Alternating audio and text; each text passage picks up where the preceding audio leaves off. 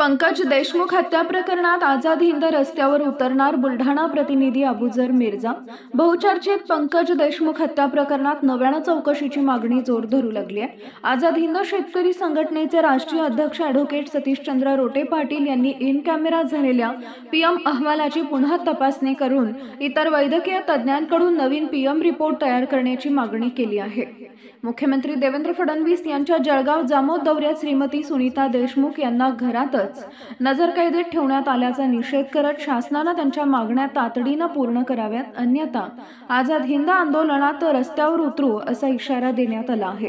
उपोषणस्थळी शिवसेना, उद्धव बाळासाहेब ठाकरे गटाच्या प्रवक्त्या जयश्रीताई शेळके, रमाई ब्रिगेड प्रदेशाध्यक्षा सुरेखाताई निकाळजे, ग्रामस्वराज्य समितीचे कमलाकर व्यवहारे पाटील तसेच इतर सामाजिक संघटनांनी भेट देत मागण्या मान्य करण्यासाठी प्रशासनावर दबाव आणला। यावेळी आत्महत्येचा व्हिडिओ सादर करून पंकज देशमुख यांची हत्या झाल्याचा दावा करण्यात आला। या प्रकरणावर न्यायासाठीचा लढा आणखी तीव्र होण्याची शक्यता आहे। या संदर्भामध्ये जिल्ह्याभरामध्ये प्रचंड तीव्र रोष आहे आणि सुनीताताईंनी मागणी केल्याप्रमाणे CID चौकशी त्यांच्या बाबतीची झाली पाहिजे। या मागणीसाठी त्या कालपासून या ठिकाणी उपोषणाला बसल्या। आम्ही सुद्धा या ठिकाणी मागणी करतो की जर खरोखरच त्यामध्ये या हत्येमागे काहीतरी घातपात असेल त्यांचा जो काही संशय येतो तो झाला पाहिजे किंवा यामध्ये जे काही गुन्हेगार आहेत त्यांना कठोरात कठोर शिक्षा झाली पाहिजे। यासाठी CID चौकशीची जी मागणी सुनीताताईंनी लावून दिली ती त्या ठिकाणी पूर्ण झाली।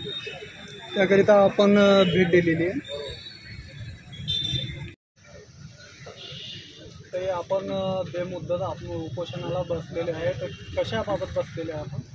माझी प्रतिक्रिया आहे यांचे घातपात त्यांची आहे की काही जण आत्महत्या करत आहे, पण ती आत्महत्या ती हत्याच आहे किंवा तो ठामपणे 100% आहे। आणि काय कारण आहे की आपल्याला उपोषणाला बसावं लागलं? कारण 3.5 महिने होत आहेत आणि जे गुन्हेगार आहेत ते आझाद केले आहेत। प्रशासनाच्या वतीने कारवाई केल्या जात नाही का? 3.5 महिने झाले ना, पण आतापर्यंत अद्याप काहीच नाही ना तपासामध्ये। स्टेटमेंट वगैरे फक्त एवढंच घेणं चालू आहे, तपास चालू आहे। आपली मागणी काय आहे? मुख्य मागणी माझी मागणी CID तपासाची जसं महिना झाला तेव्हा मला कळलं की पोलीस प्रशासनामध्ये तपासामध्ये थोडंसं हलगर्जीपणा किंवा असं घोटाळा झाल्यासारखं झाला। त्यापासून माझी मागणी आहे CID तरी माझ्याकडून जेवढं प्राधान्य होईल तेवढं देण्याचा प्रयत्न तरी अद्यापही 3.5 महिने होऊन तपासात मला काहीच तथ्य वाटत नाही।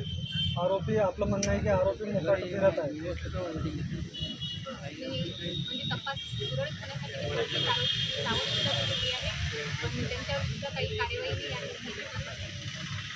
आहे। प्रशासन का कारवाई करत नाही असं आपल्याला वाटतंय? ते त्यांनाच माणुसकीला काळीमा फासणारी दुर्दैवी घटना जळगाव जामोद तालुक्यामध्ये घडली। खून करून मर्डर करून त्यांना आत्महत्या दाखवण्याचं षडयंत्र पोलीस प्रशासनाने आणि शासनाने मिळून संगनमताने केल्याचं एकंदरीत या ठिकाणी मला प्रत्यक्षदर्शनी वाटत आहे।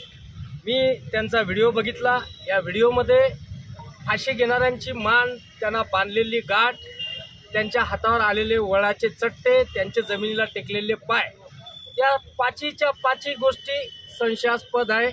आजपर्यंत अशी आत्महत्या झालेली माझ्या 22 वर्षाच्या वकिलीमध्ये मी कधी बघितली नाही, पहिली गोष्ट। दुसरी गोष्ट म्हणजे जो पीएम रिपोर्ट अकोल्याला करण्यात आले ते चुकीच्या पद्धतीने करण्यात आले।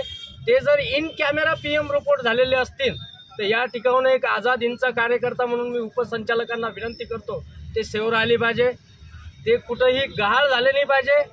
आणि दुसरी महत्त्वाची गोष्ट की पुन्हा त्याचं इतर जिल्ह्यातले 5 डॉक्टर लोक आणून पीएम रिपोर्ट करण्यात यावा। हे खऱ्या अर्थानं तिथून ती हत्या आहे। CID चौकशी करता माझी बहीण या ठिकाणी बुलढाणा शहरात आला, तर महाराष्ट्रातल्या तमामांना विनंती आहे ध्यानात असेल आणि तुम्ही जर यांना न्याय देण्याच्या भूमिकेत असाल तर कमीत कमी जनाची नाही तर मनाची लाज वाटू द्या। इथपर्यंत त्या ताईला भेटायला या, त्यांची समज करतो। जर 3 दिवसात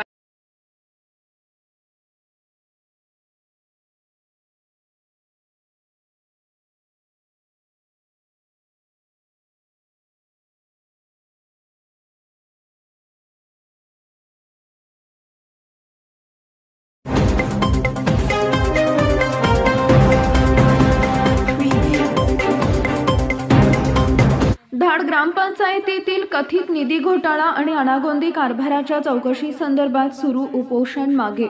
बुलढाणा प्रतिनिधी अबुजर मिर्झा. बुलढाणा जिल्ह्यात धाड असलेल्या उपोषण प्रकरणात आज महत्त्वाची घडामोड घडली आहे. बुलढाणा पंचायत समितीचे गटविकास अधिकारी MR गवते, विस्तार अधिकारी AG टेकाळे आणि नवीन ग्रामसेवक इंगडे यांनी उपोषणस्थळी भेट देत थेट उपोषणकर्त्यांशी संवाद साधला. अधिकाऱ्यांनी लेखी आश्वासन देत चौकशीची प्रक्रिया तातडीनं सुरू करून 31 ऑगस्ट 2025 पर्यंत पूर्ण अहवाल सादर करण्याचे वचन दिलं आहे. त्याचबरोबर उपोषण मागे घेण्याची विनंतीही केली आहे. या भेटीनंतर नागरिकांमध्ये चौकशीला गती मिळेल अशी आशा व्यक्त होत आहे.